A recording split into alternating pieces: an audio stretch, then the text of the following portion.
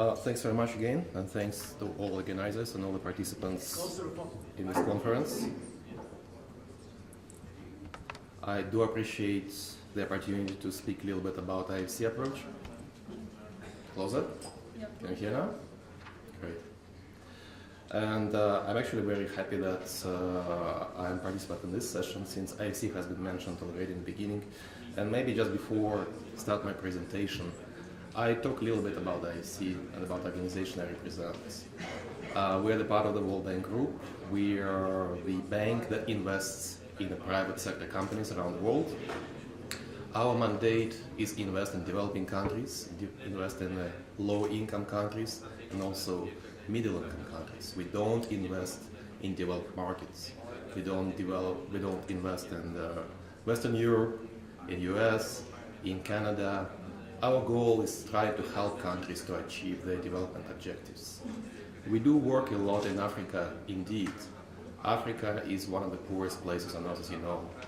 And working in Africa is quite difficult, but also quite rewarding, because in many places, IFC is the only bank that can provide money to private sector companies, and the only place where people who are trying to develop the countries, who are trying to build private sector projects, can receive financing. I would like also to stress that actually the data about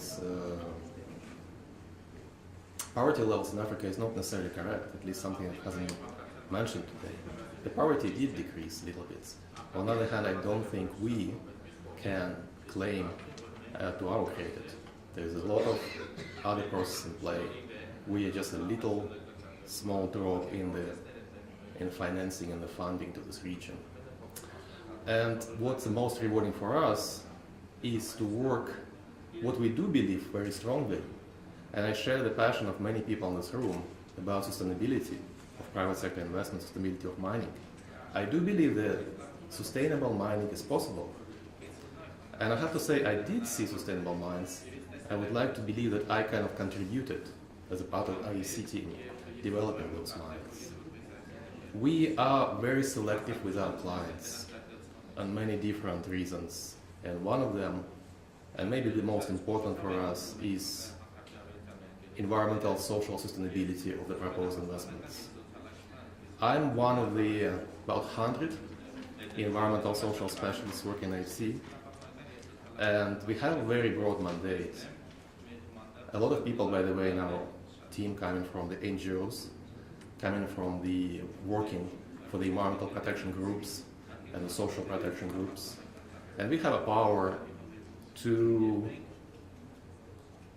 not to invest, basically to kill the projects, proposed investments, based on our consideration and our decision that this project will not comply with our requirements, or maybe this company is not committed for sustainable development.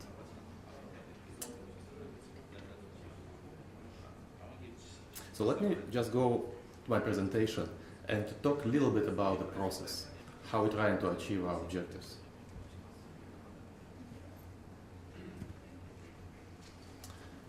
I'd like to speak a little bit about the IFC performance standards and also what the role of stakeholder engagement in our requirements. Then I very briefly talk about the life cycle of a mining project, to talk a little bit about strategic community investment, and conclude afterwards. Our performance standards is our environmental social policy. This is our criteria that we have to achieve in all of our investments. As a matter of fact,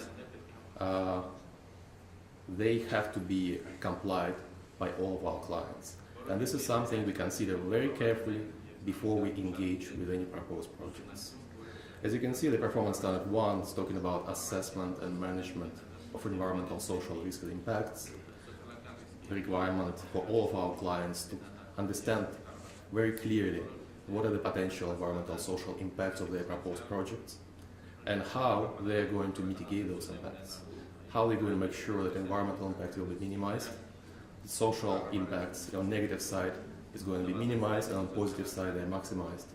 And also it's very important in doing that for them to engage with the local communities. Engagement with communities is a key in our work with the companies, but also it's a key in a company's work in order to assure their environmental and social sustainability. Performance standard number 2 on labor and working conditions. This is a set of requirements which we present to our potential clients in terms of treatment of the labor force, in terms of the working conditions, in terms of compensation for their work, and also in terms of the maintaining healthy lifestyles for the labor force. The performance standard number 3 is very important for the mining. It's about resource efficiency and pollution prevention. This is a standard which is also supported by a number of guidance notes and specific parameters which we require all of our clients to comply with in order to minimize and avoid the pollution. We're talking about water pollution, about air pollution, everything else, but also to reduce the resources that will be used for this project. Water, energy, land, etc. Performance standard number 4 is talking about the community health, safety and security. This is a number of requirements how to treat local communities nearby in order to avoid any industrial accidents, traffic accidents, and the safety of the population. Performance standard number 4 about the land acquisition and voluntary settlements have a set of requirements how company can acquire land, how they can negotiate with the people who live or own or rent this land, how they have to compensate, and in case of resettlement, how they undertake a resettlement process. Again, very detailed requirements. And again, community engagement, stakeholder engagement is one of the main requirements here, and here we're talking about a meaningful engagement. We have to understand that the engagement by the company with the potential affected communities was meaningful, was 2 ways, and any feedback from the communities has been accepted and incorporated by the companies. Performance standard number 6 is talking about biodiversity conservation. This is a very important performance standard on the whole topic of biodiversity conservation. Ecosystem services, as you know, recently has received increased attention around the world. So we're trying to address the new trends in biodiversity conservation through our performance standards. And by the way, I just would like to mention to you, the first edition of performance standard has been published in 2006. It was the first sustainability policy among the IFIs, with the exception of the old operational policies by the World Bank. And the new edition of performance standards has been published in 2012. In the newest revision, we made few updates just to reflect the change in good practices among our clients, but also to reflect the changing agenda in environmental discussion around the world. Biodiversity was one of those issues that received a new treatment in the performance standard. Performance standard number 7 is talking about indigenous people, about the most vulnerable populations that some of our projects are interfaced with. And in cases when our clients work in the land or have impact on indigenous people, we have additional sets of requirements, which I described in this performance standard. And the last performance standard, number 8, is talking about cultural heritage, with a general commitment of our clients to preserve any cultural heritage that can be impacted by the project.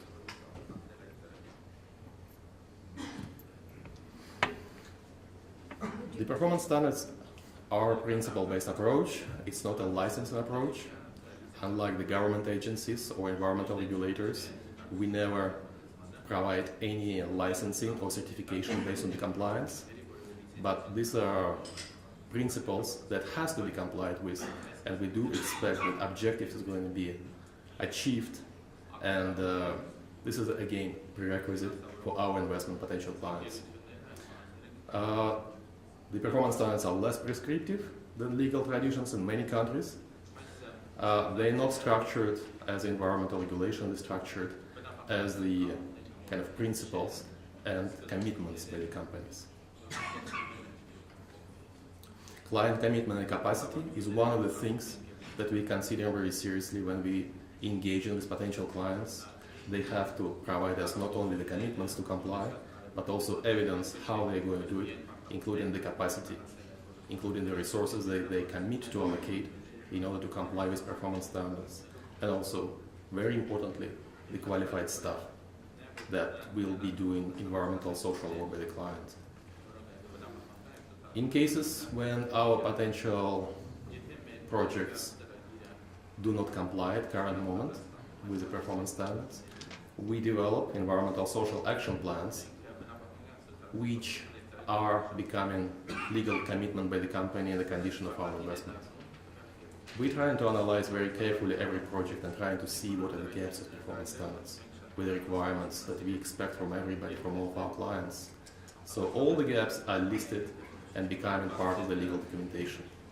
Any non-compliance during the life of the project may automatically be considered a technical default by the company. This is the way how we're trying to make sure that our requirements are not just commitment and wishful thinking on our side, but this is a solid legal commitment that the companies has all the incentives to comply with. And also, we do engage with the companies throughout the cycle of our projects, and we do work with them helping to implement the commitments for performance standards. In addition to just doing due diligence before investing in every project, and by due diligence we mean not only receiving and reading, reviewing environmental documentation, social documentation, project design documentation, we're also going to the sites and we see what is proposed. We meet with the companies, we meet with the staff, we meet with the local communities, and we discuss what is the proposed project, how it's going to be affecting local communities, and what our clients has been done before and what they plan to do in order to minimize the impacts and in order to maximize the benefits.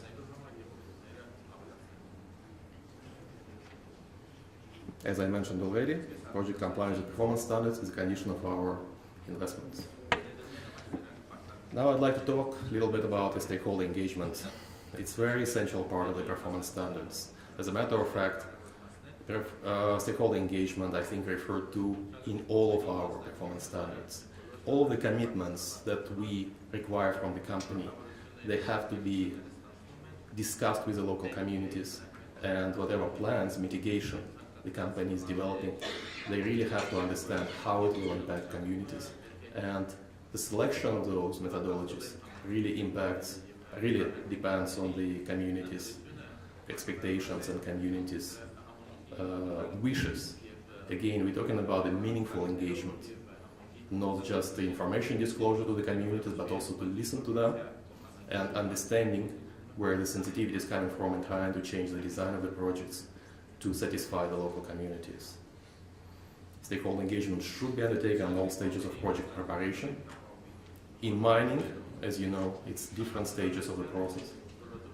Before we receive project approval by the government, there is a number of years before that process. We asking our clients to engage with the communities as soon as possible.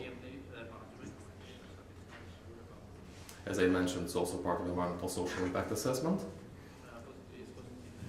None of the environmental social impact assessment document can be valid documents if they haven't been discussed with the communities. If communities didn't provide the feedback, if the community didn't show what are their perceptions of the impacts, because it's very easy sometimes just to bring research institutes or professional environmental engineers to develop the designs that will look good on paper, but they will not with the local communities. They will not work with the local communities and they will not be satisfactory to local communities. So we do expect that all the clients engage with the communities as a part of the social impact assessment. Engagement is also part of the management plans, how companies want to mitigate the risks. And as a matter of fact, we require all of our clients to develop a special management plan on dealing with communities, stakeholder engagement plan.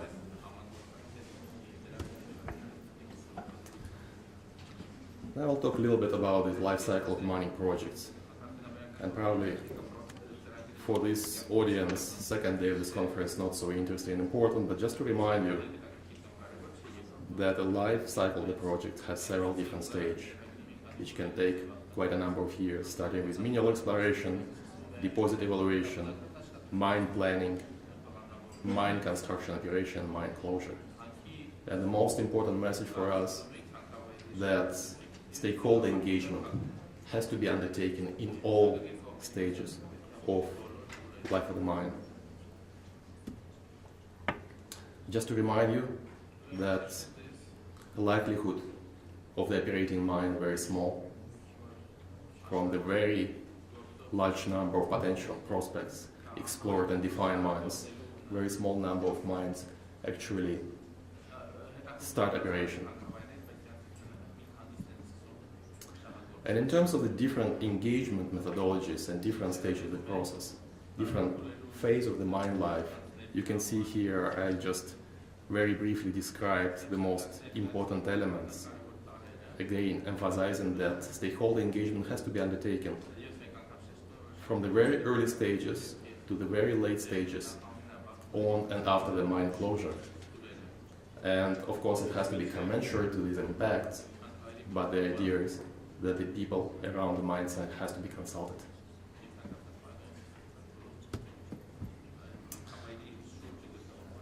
In terms of the intensity of the engagement, in terms of the number of people engaged with the company, and also in terms of the outcomes, you can also talk about different ways.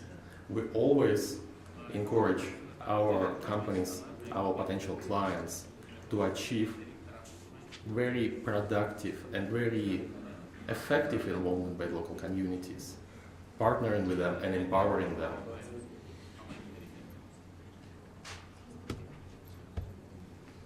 And in terms of the how to structure engagement process within the operating structure of the company, it's very important to make sure that stakeholder engagement is very well integrated in many different functional departments within the company. It's very important to make sure that stakeholder engagement is not only hosted in the social department or investor relation department or community department.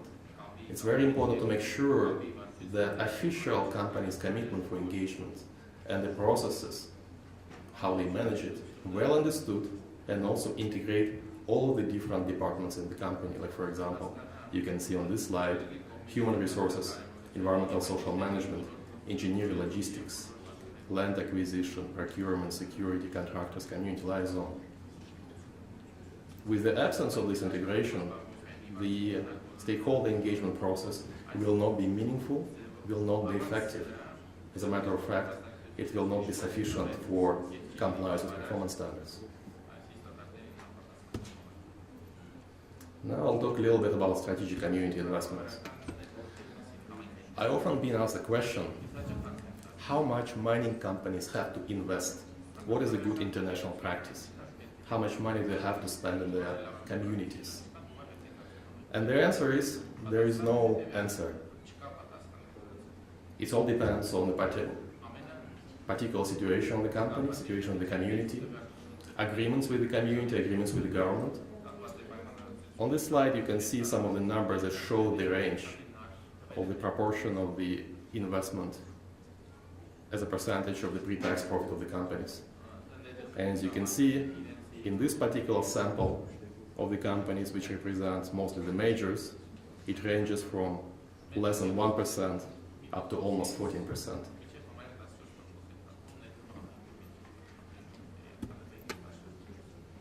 Just to remind you about the timeline of the mine development and about the cash flow situation of the mine. From the very early stages, the investors who develop in the mine, they are on negative cash flow. In the early stages, they develop geological studies, they develop environmental impact assessments, they invest money without a return at that point. The most of the spending comes before and during the construction of the mine. That's where you see the big dramatic decrease and decline in the red zone.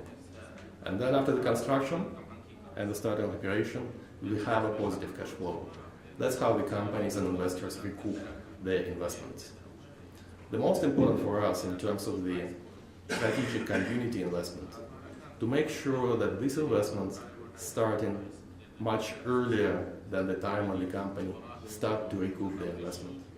Very often you can hear from the mining companies that they're going to invest local communities after they have a positive cash flow, after they will start earning money from their operations.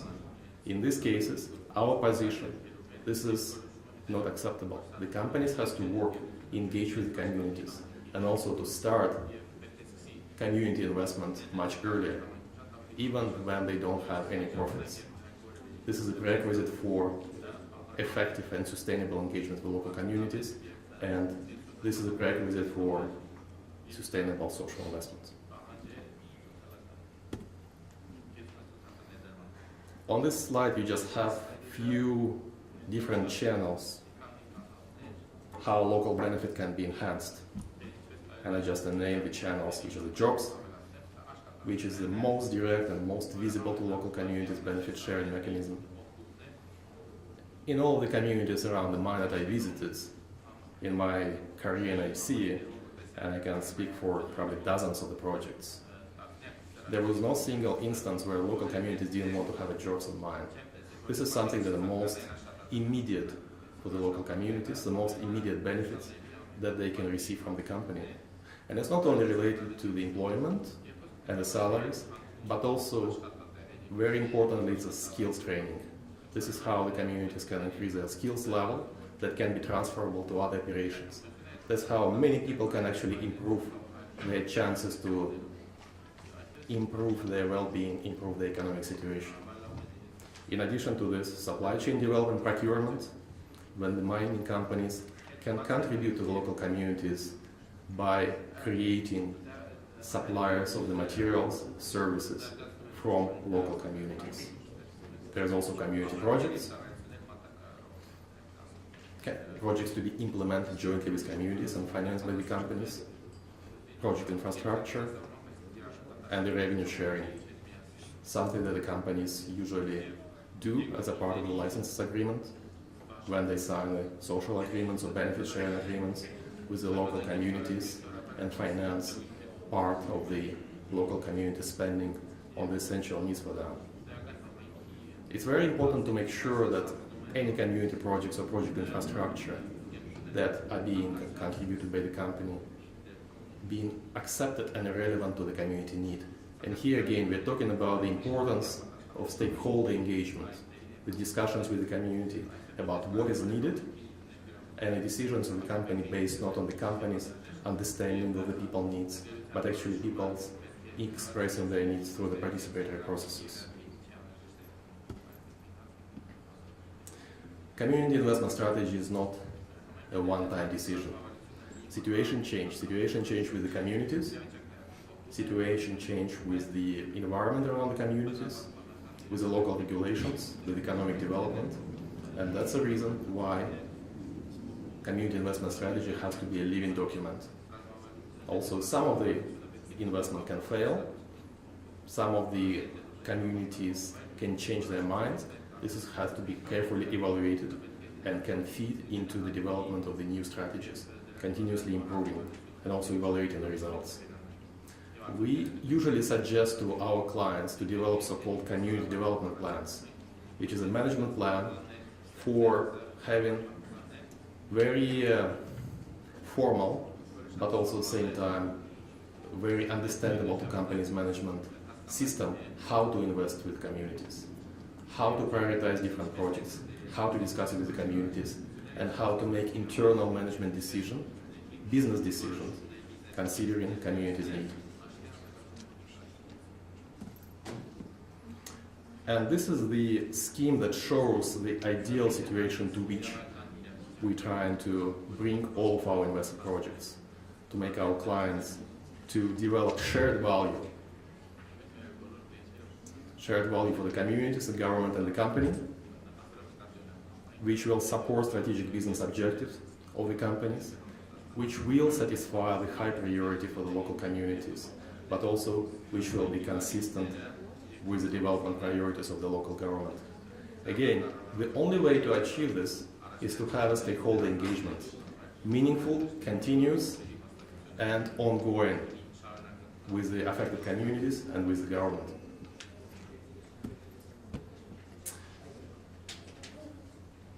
Just a few conclusions. We do understand mining is a high-risk business with potential significant environmental social impact.